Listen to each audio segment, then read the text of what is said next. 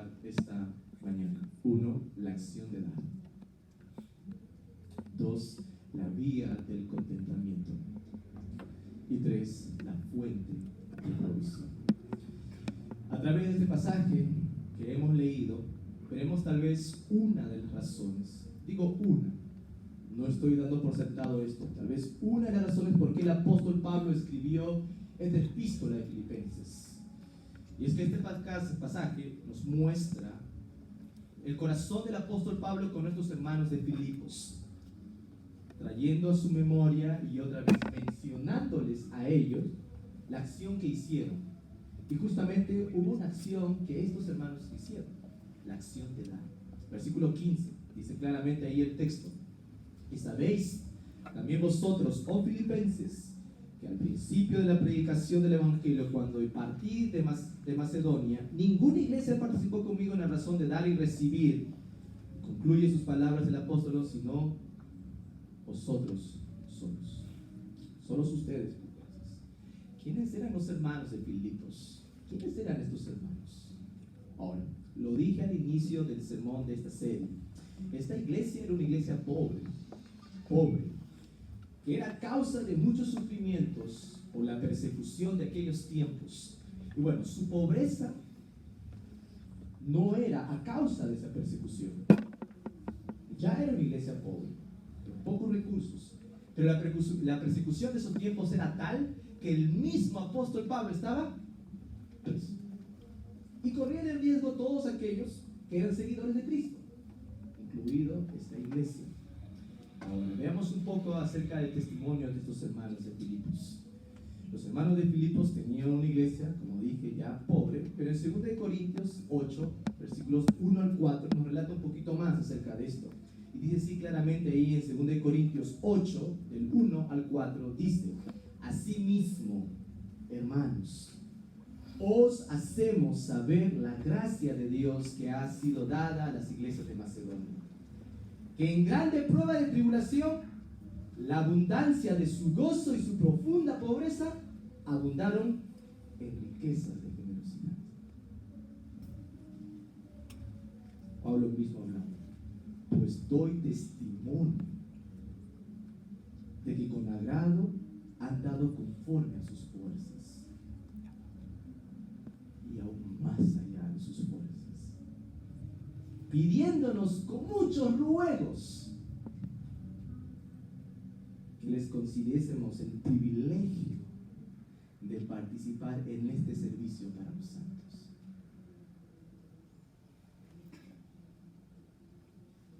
¿Qué descripción? Para haber dicho lo último, mire cómo relata el apóstol Pablo: en tribulación grande, en profunda pobreza, aún todavía abundaron más en generosidad y riqueza. Considerando la carta ahí de Filipenses, aún esta iglesia consideró siempre participar del cuidado del apóstol Pablo. El versículo 10 nos describe muy bien esto. Dice: en gran manera me gocé del Señor, de que ya al fin habéis revivido vuestro cuidado de mí, dice el apóstol Pablo en Filipenses 4:10, de lo cual también estabais solícitos, pero os faltaba la oportunidad. Cuando vemos el testimonio de los de Filipenses, podemos notar que no dieron prioridad a su situación. No estaban pensando mucho en ellos, no estaban pensando en su propia pobreza, no estaban pensando en su propia tribulación, en su propia persecución. Hasta Pablo menciona en las últimas palabras del versículo 10 que os faltó la oportunidad de ¿qué? De participar.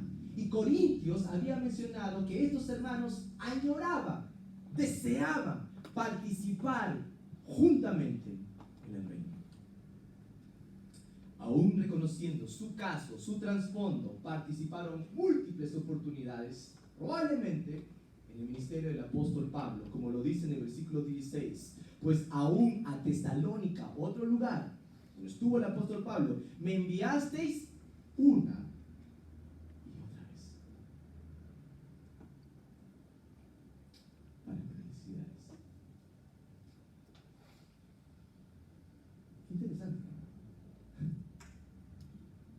interesante esta iglesia. Por eso digo que tal vez sea una de las razones por qué el apóstol Pablo incluyó en su carta la descripción de lo que ellos habían hecho. Gordon Fee dijo algo muy interesante de los hermanos de Filipos, y él lo reflejó en una ecuación muy interesante, y es la siguiente: aflicción más pobreza es igual a generosidad en abundancia. Aflicción más pobreza es igual a generosidad en abundancia. Y esta ecuación describe muy bien a estos hermanos de Filipos.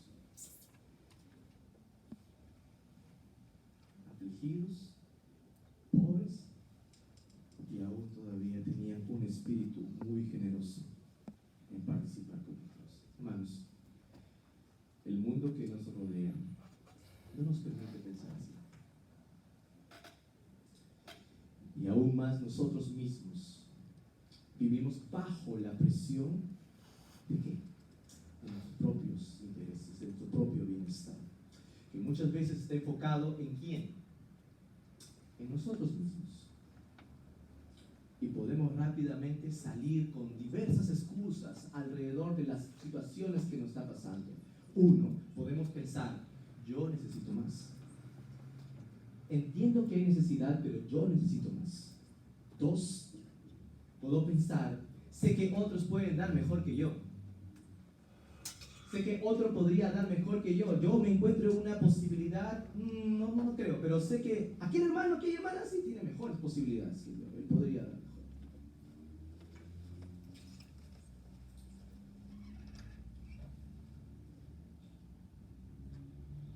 Estoy seguro, por la misma palabra del apóstol Pablo, que a estos hermanos no les sobraba. Estoy convencido que su pobreza tal vez era tal de la que ninguno de nosotros que estamos sentados aquí tal vez en algún momento hemos vivido.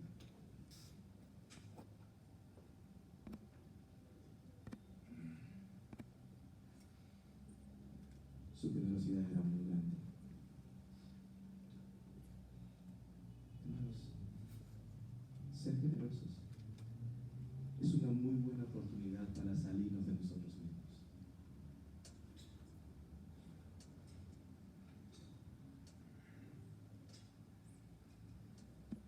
Y no importando qué condición tenemos, porque ya vemos el reflejo de estos hermanos. Un corazón generoso debe verse reflejado por dos cosas. Uno, un corazón generoso está dispuesto a cubrir necesidades de otros. Y no estoy hablando principalmente de cosas económicas. Porque normalmente cuando pensamos en la generosidad, nuestra mente va rápidamente ¿a qué? A pensar en lo económico. Y necesariamente no es así. Tal vez enviaron una ofrenda estos hermanos de Filipos al apóstol Pablo. Pero no solamente una ofrenda, tal vez enviaron una frazada, una colcha, porque se moría de frío en la cárcel. Y tal vez era la única que tenían, porque eran pobres. Y no les importó compartir. Su abundancia y su generosidad eran más. Por eso, un corazón generoso está dispuesto a cubrir necesidades de otros. Pero también, un corazón generoso refleja dar con buena actitud. Refleja dar con buena actitud. Una cosa es pensar en cubrir necesidades y otra cosa muy distinta, dar con buena actitud. ¿Por qué digo que son dos cosas muy distintas? Porque justamente el apóstol Pablo mismo, en esa carta de Corintios, él mismo nos dio la parte de cómo podríamos ser generosos. Cada uno, como puso en su corazón, no por tristeza o por necesidad, porque Dios ama al dador alegre. He ahí una actitud que el apóstol Pablo, dentro de ese contexto, más adelante, el texto más adelante nos dice, la realidad de poder tener la actitud al dar. No por tristeza, no por pensar que los otros son tan pobres y yo tengo tanto que podría dar. Tampoco por necesidad. ¿Cuál debe ser la actitud de un corazón generoso? Hermanos, la generosidad es un valor muy bien visto por todos en este mundo. ¿Es cierto? Sí. Nadie niega el hecho de compartir y desprenderse de sus cosas para dar a otros. Nadie. A través de la historia del mundo se han fundado movimientos, asociaciones, ONG para ayudar a los más vulnerables. Y nuestro Perú no es escaso de ello. ¿En cuántas oportunidades se ha manifestado eso? Pero en este punto quiero levantar una observación. Las buenas obras de las personas muchas veces son motivadas por el egoísmo. Una persona ayuda a los más necesitados por el simple hecho de calmar su conciencia o para sentirse mejor.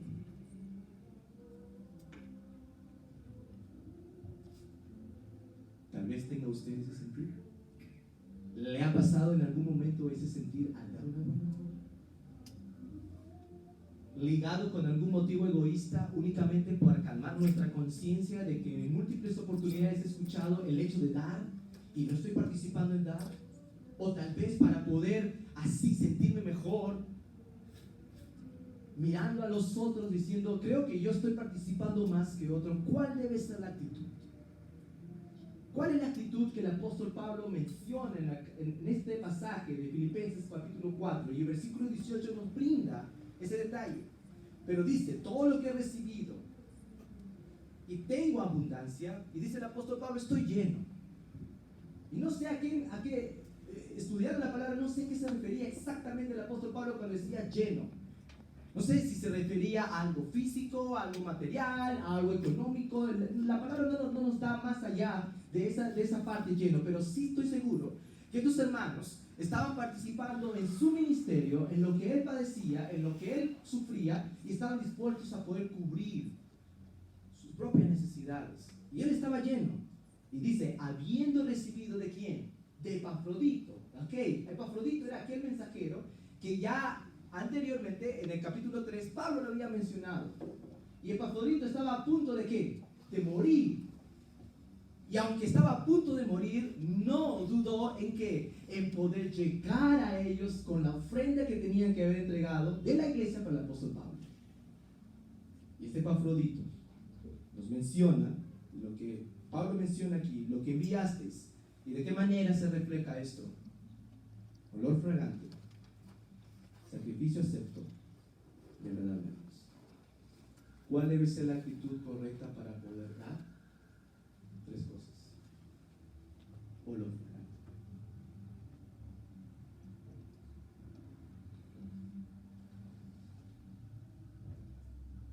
La precisión para esa palabra en cuanto a olor fragante no lo tengo claro. No sé si se refiere a lo que asciende a los cielos en la actitud que tengo sobre Dios. No quiere decir cosa nueva tampoco, no es eso. Pero lo que sí puedo precisar mucho es en cuanto a la segunda palabra. Sacrificio acepto. Piensa usted el contexto de los hermanos de Filipos. ¿No era realmente un sacrificio que ellos dieran algo para el apóstol Pablo? Sacrificio. Hermanos, cuando participamos en dar, sí es un sacrificio. Porque tal vez nosotros somos ¿qué? Los vulnerables. Pero aún todavía en la condición que yo me puedo encontrar, participo en poder dar. Y por último, dice el apóstol Pablo, agradable ¿a quién? A Dios. No por tristeza o por necesidad, porque Dios ama al dador alegre. Agradable a Dios. No agradable a tus ojos, No agradable a que realmente sí, bueno, por aquí hay un caso triste. No, sí, por aquí hay otro caso de necesidad. No agradable a ti, es agradable a Dios. Y tres cosas para poder considerar nuestra actitud cuando participamos en la Gálatas 6, 9 al 10 dice claramente este texto: no nos cansemos pues de hacer el bien. Hermanos, no nos cansemos de hacer el bien. Porque a su tiempo segaremos si no desmayamos. Así que, según tengamos oportunidad, hagamos bien con todos. Y mayormente a los de la familia de la fe. Hagamos bien con todos, hermanos. No nos cansemos de hacer el bien. Usted podría decirme a mí: Rubén, pero nuestro contexto es distinto al de ellos. Y es cierto, es distinto, totalmente distinto. Tal vez podríamos decir, pero yo he sufrido muchos agravios cuando he participado en el dar. Cuando he sido generoso, más bien he sido yo la persona que ha sido agraviada porque no he encontrado buenas actitudes, ni siquiera unas gracias, ni siquiera eso.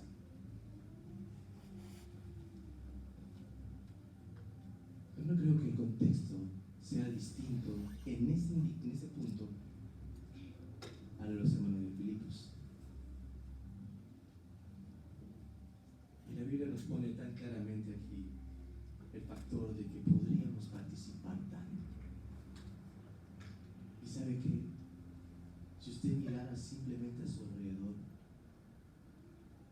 sin la necesidad que alguien le diga específicamente alguien necesita, usted podría ver que hay alguien que podría ser usted de bendición. Robert Murray M'Cheyne, un pastor escocés que murió a los 29 años en 1843. Conocí a este autor gracias al pastor Tim. Nunca voy a olvidar el libro que recibí de parte de él, y lo leí y saqué una frase de ahí interesante.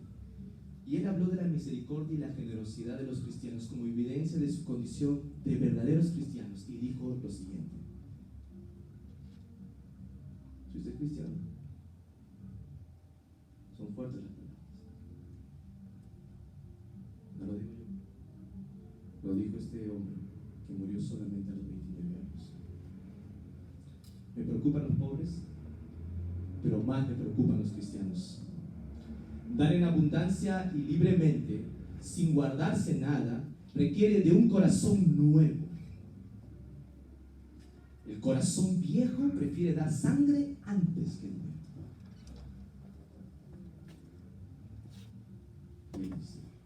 Disfruten de su dinero. Hagan el dinero su Dios. No lo den, pero disfrútenlo pronto. Porque puedo decirles que por toda la eternidad no serán más que mendigos.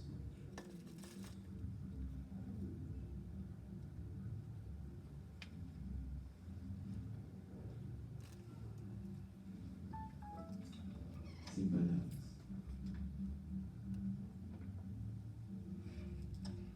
Sin palabras. La segunda parte del sermón, Pablo nos va a ayudar a poder ver una vía, y una vía de las cuales dentro de este propio contexto es muy considerable decirlo, y la vía es del contentamiento. Dar generosamente, hermanos, confronta totalmente el enfoque materialista de este mundo.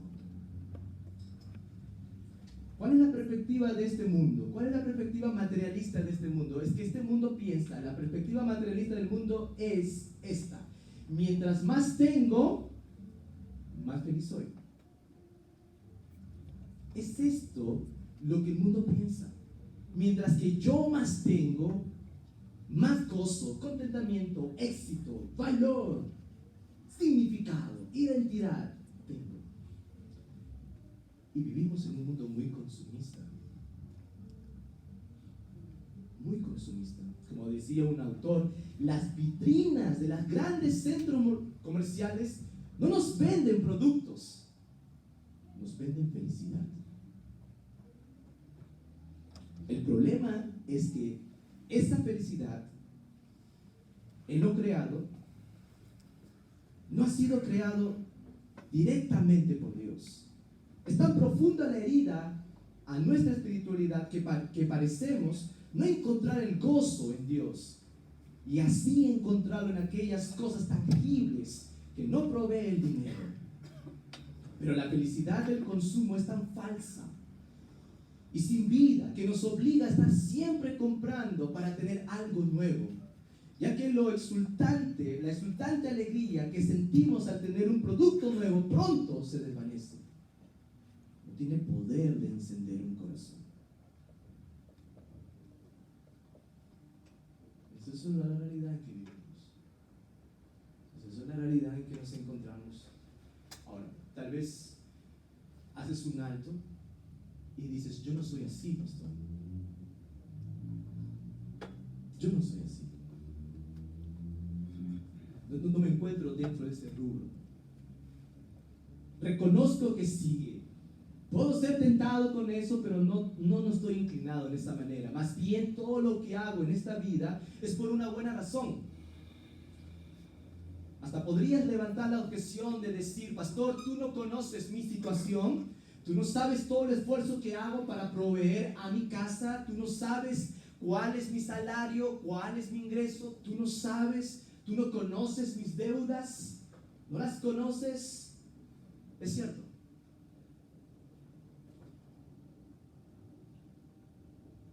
Yo no conozco todo lo que tú pasas. Y tampoco quiero desmerecer todo lo que podrías estar pasando. Pero quiero responderte a esta objeción con las mismas palabras del apóstol Pablo. Y dice el versículo 11. Sé vivir humildemente y tener abundancia. En todo y por todo estoy enseñado, así para estar saciado como para tener hambre, así para tener abundancia como para padecer necesidad. Pablo nos muestra la luz para no caer en el ámbito tan peligroso del materialismo, y la respuesta es una sola. La respuesta es contentamiento. Contentamiento. Ahora, primero quiero decir lo que no es contentamiento. Contentamiento no es resignación y justificación. Eso no es contentamiento, no es resignación y justificación. No puedo llegar a concluir y decir, bueno, esta es la vida que me tocó vivir. ¿Qué puedo hacer? Ya no puedo hacer nada. Pobre soy, pobre moriré, tengo necesidad de morir así, o tengo esto y esto, y podría decir, y resignarme y justificarme. El contentamiento, ¿qué es, hermanos? Y Gordon Fee otra vez me ayudó a poder precisar mejor en palabras lo que yo podría decir, y dice así: es vivir por encima de la necesidad y de la abundancia, y esto no significa que uno es consciente que no es consciente de las circunstancias, sino que la persona verdaderamente no está condicionada por las circunstancias. El contentamiento es vivir por encima de la necesidad y la abundancia. Eso es contentamiento. Y quisiera expresártelo en pocas palabras de esta manera. El contentamiento es así: a pesar que tengo poco, estoy contento. A pesar que tengo mucho, estoy contento. Estoy contento. Poco o mucho, igual es el reflejo de vivir en contentamiento. Pero ¿sabes qué? Quiero hacer una pausa aquí. Y la pausa es la siguiente, porque una de las amenazas para el contentamiento es el placer. El placer. Ahora, el placer tiene diversos ángulos, muchos ángulos. Hoy te presentaré uno de ellos solamente. El placer en la vida muchas veces viene a causa de cierto sufrimiento. de cierto sufrimiento. ¿Qué quiero decir? Sentimos el dolor del hambre y disfrutamos el placer de la comida. Sentimos el dolor del gimnasio y luego nos sentimos saludables por el ejercicio. Nos fatigamos duro trabajando y luego disfrutamos sentarnos a la mesa para comer rico. Experimentamos el sufrimiento de perder una persona por un tiempo y luego disfrutamos el gozo de una reunión.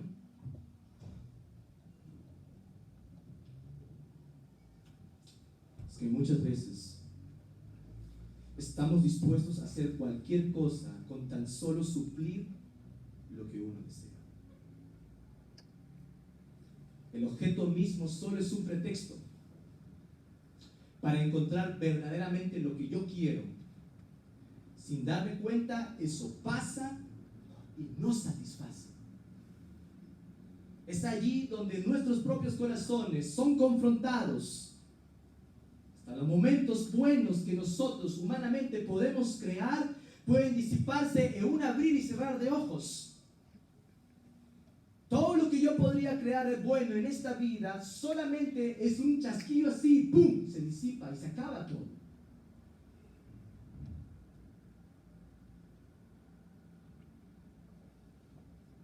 Y todo eso nos tiene que llevar al último punto. Porque el último punto es el reflejo de dónde realmente encontramos la fuente de provisión. ¿Dónde? Nuestra mente y corazón podría entrar en una confusión total si nos viéramos a nosotros mismos como el factor principal de provisión sobre todas las cosas que podamos tener. Aún todavía de las necesidades que nosotros tengamos, podríamos llegar a un pensar constante de decir, entonces, ¿qué hago? Y Dios quiere cerrar la puerta y decirnos esto. Versículo 19. Y dice, mi Dios suplirá todo lo que os falta, conforme a sus riquezas en gloria en Cristo Jesús. Todo lo que os falta.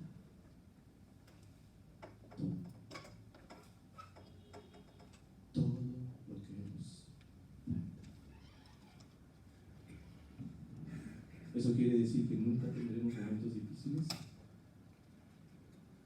Y la respuesta es no. No.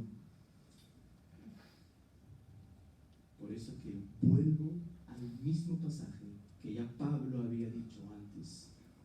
Que Pablo dijo versículos antes, sé vivir humildemente y sé tener abundancia. En todo y por todo estoy enseñado, así para estar saciado como para tener hambre, así para tener abundancia como para padecer necesidad. Hermanos, todo lo que os falta se entenderá con la verdad que encierra el versículo más conocido tal vez de esta carta de Filipenses. Y el versículo tal vez más conocido de esta carta de Filipenses es aquel que se encuentra en el versículo 13.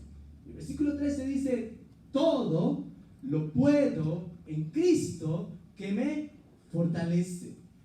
Ahora, ¿cómo encuentro yo la resolución al pensar de todo lo que os falta? Mi Dios pues suplirá todo lo que os falta. ¿Sabes dónde? En que la fuente de mi provisión es Cristo. Cristo. Esta es una verdad profunda. Dios suplirá todo lo que os falta. Por tanto, como dice John Piper, justamente hablando de este pasaje, dice lo siguiente: he aprendido a enfrentar el hambre y la necesidad. Todo lo puedo en Cristo que me fortalece, incluido tener hambre y tener necesidad. Y aquí sale una conclusión que para los cristianos, todo lo que necesitamos dentro del propósito de hacer la voluntad de Dios y glorificarlo, no será provisto.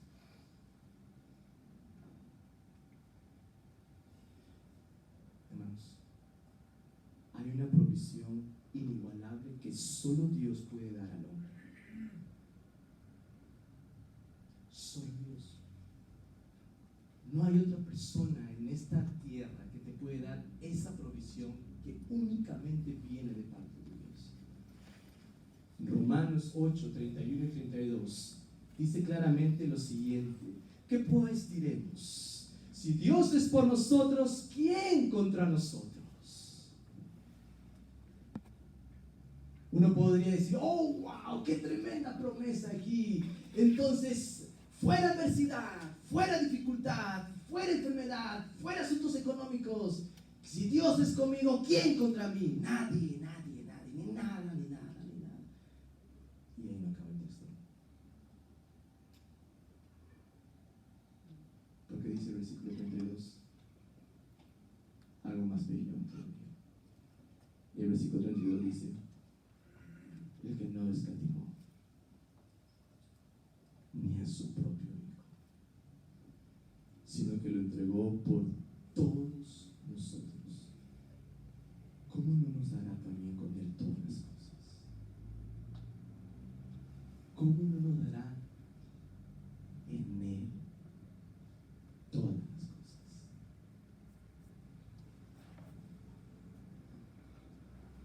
Dios mismo no escatimó a su propio Hijo para poder entregarlo. Dios mismo fue capaz de desprenderse de su propio Hijo, Él siendo Padre y teniendo al unigénito único, no dudó en desprenderse y darlo. ¿Y darlo para quién? Para un mundo caído, para una sociedad muerta en sus pecados, para toda una tragedia del corazón mismo del hombre. No escatimó a darlo.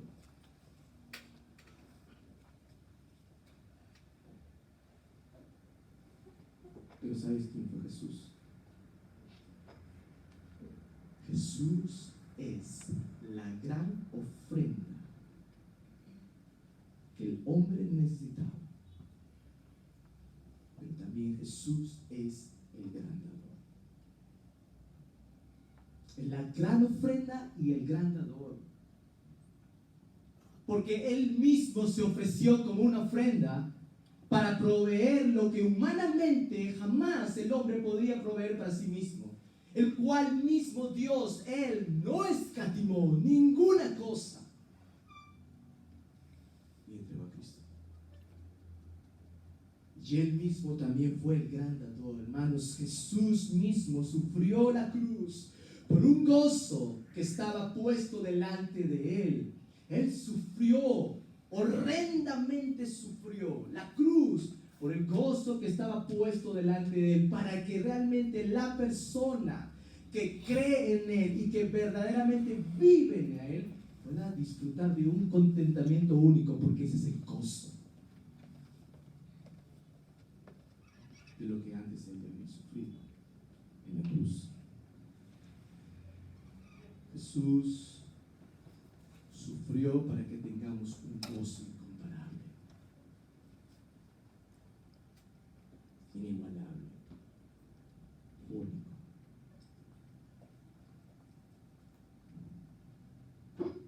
La historia cuenta que una vez subieron dos niños, un padre y un niño, mendigos, sentados en la vereda de una calle. Llegaron a aquel lugar y solamente extendieron una mano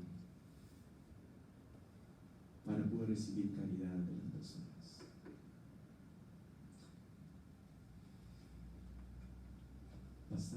pasaba las horas del día y se hizo el mediodía y nadie pudo proveerle ni siquiera una moneda para poder comprar algo. Cuando de pronto una señora que había salido de hacer compras, llena de sus bolsas de sus compras, cogió una cajita de leche. Y esta cajita de leche, al ver al mendigo y a su hijo sentados, lo entregó.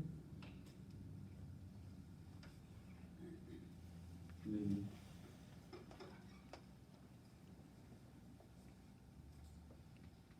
El niño con tanta emoción recibió la cajita de leche. El padre cogió la cajita de leche, sacó la cañita y lo introdujo dentro de la cajita misma. Y le dio automáticamente a su hijo. Y el hijo comenzó a tomar. Pero su hijo miró a su padre y le entregó a su padre la cajita de leche. Y el padre la recibió, miró a su hijo y solamente simuló levantar los hombros. Y le entregó nuevamente la cajita de leche a su hijo. Y su hijo desesperadamente tomó nuevamente. Y luego así, y luego miró a su hijo nuevamente y otra vez cogió la cajita de leche y simuló mover la boca. Y así pasaron todo un largo tiempo hasta que la cajita de leche solamente fuera tomada por el hijo.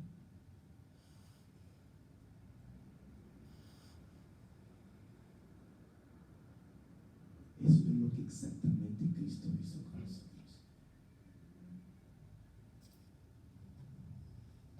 Cristo se vació totalmente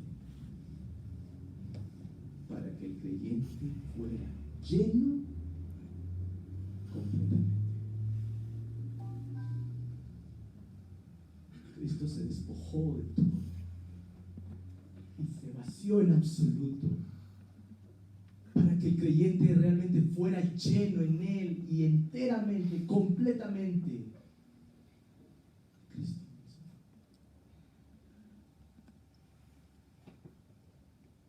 Versículo 20 termina diciendo: al Dios y Padre de nuestro sea gloria por los siglos de los siglos. Amén.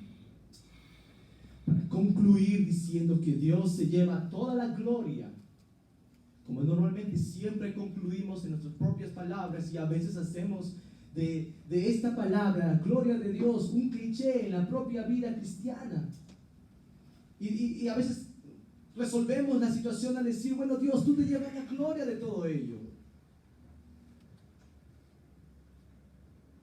Pero para reconocer la gloria de Dios dentro de este pasaje, debemos reconocer una cosa. Debemos reconocer que Cristo es suficiente.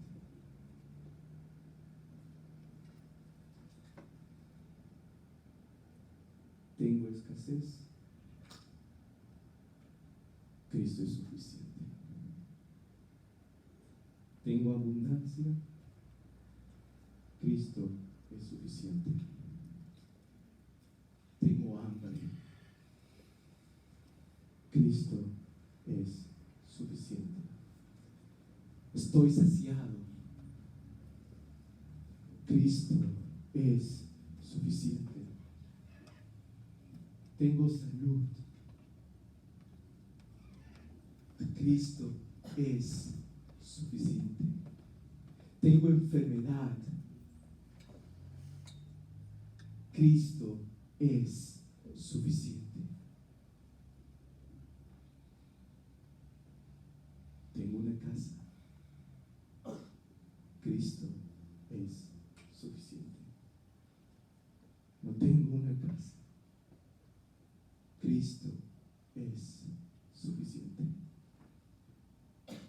Tengo un trabajo, Cristo es suficiente. No tengo un trabajo, Cristo es suficiente. Es que la fuente de gozo y provisión en el corazón del creyente está en que Cristo es suficiente. quiero, hermano, que esa verdad realmente transforme tu propio corazón. Que si estás pensando en la gloria misma de Dios, a raíz de lo que el apóstol Pablo ha dicho, recuerda que la única manera que puedas entender la gloria de Dios es a través de pensar que Cristo es suficiente. Y Pablo había entendido claramente ello, porque dijo: sé vivir humildemente, sé tener escasez, sé tener abundancia, sé tener esto, sé tener aquello. ¿Por qué? Porque para Pablo, el hecho de pensar que todo lo podía en Cristo que le fortalecía, es que Cristo era suficiente para él. Hermano, Cristo es suficiente para tu vida. Cristo es suficiente para tu vida, así no tengas la familia que en algún momento anhelas tener. Cristo es suficiente. Cristo es suficiente, aun si no recibas el amor que tu esposo debería dártelo. Cristo es suficiente. Así tus hijos sean los más rebeldes en esta sociedad y tú veas la tristeza en sus propios corazones, Cristo es suficiente. Cristo es suficiente, hermanos. Así tus bolsillos rebalsen de dinero, Cristo es suficiente. Y así tus bolsillos estén secos, de nada de dinero, Cristo es suficiente. Él es suficiente en la vida y en la muerte. Cristo es suficiente. Saludad a todos los santos en Cristo Jesús. Los hermanos que están conmigo os saludan. Todos los santos os saludan, especialmente los de la casa de César. Versículo 23 termina diciendo: la gracia de nuestro Señor Jesucristo sea con todos nosotros. Amén. Es que la única manera de poder entender todo esto, todas las circunstancias bajo la gloria de Dios en la vida cristiana, es con lo que Pablo concluye. ¿Es con qué? Con la gracia de Dios. La gracia de Dios.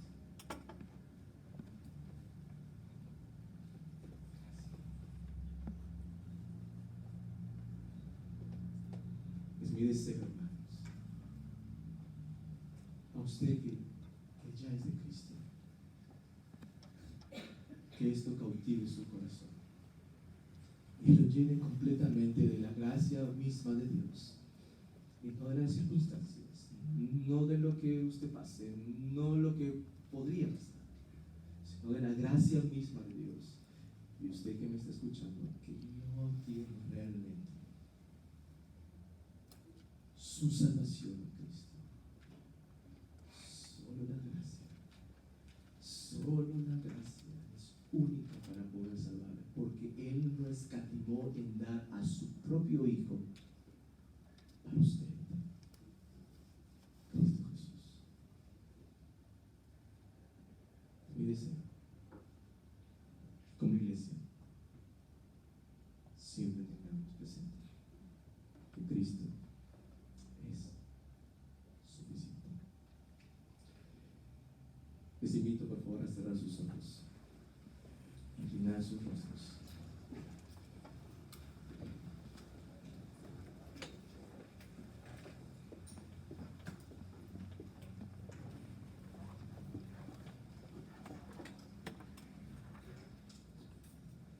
No sé qué tengas que decir.